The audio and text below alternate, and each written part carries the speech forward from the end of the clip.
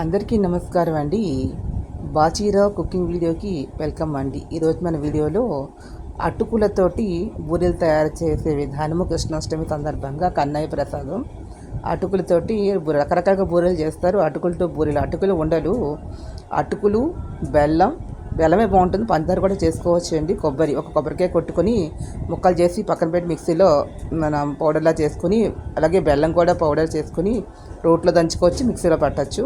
తర్వాత అటుకులు కూడా అలాగే పౌడర్ చేసి దంచి, అటుకులు నెయ్యి నూనె ఏమీ అవసరం లేదు, అటుకులు, బెల్లము, కొబ్బరి మూడి ఉండల్లా చేసి పక్కన పెట్టుకుని, మామూలుగా బూరెలు చేసుకునే పిండి ఉంటుంది కదా, అది బూరెలు చోపు పిండి. ఆ బూరెలు అదంటే మినపప్పు మనం మడికి నానబెట్టుకోవాలంటే 2 గ్లాసులు, ఒక గ్లాసు పప్పుకి 2 గ్లాసులు బియ్యము రాత్రి నానబెట్టేసుకుని, మడిగా నానబెట్టి పొద్దున్న మిక్సీ పట్టి 2 కలిపి పట్టేసుకొని బూరెలు చోపు పిండి తయారు చేసుకుని, అందులో ఈ ఉండలు ముంచి నూనె బాగా హైలో పెడతా, సిమ్లో పెట్టి ఒకటి చిన్న మూకులు పెట్టి నిండా నూనె పోసుకోండి. ముందర హైలో పెట్టిన తర్వాత సిమ్లో పెట్టేసేసి ఒక్కొక్కటి 2-3 చొప్పున వేసి చక్కగా మాడకుండా కన్నయ్యకి రుచికరమైన ప్రసాదము వేసి తీయండి.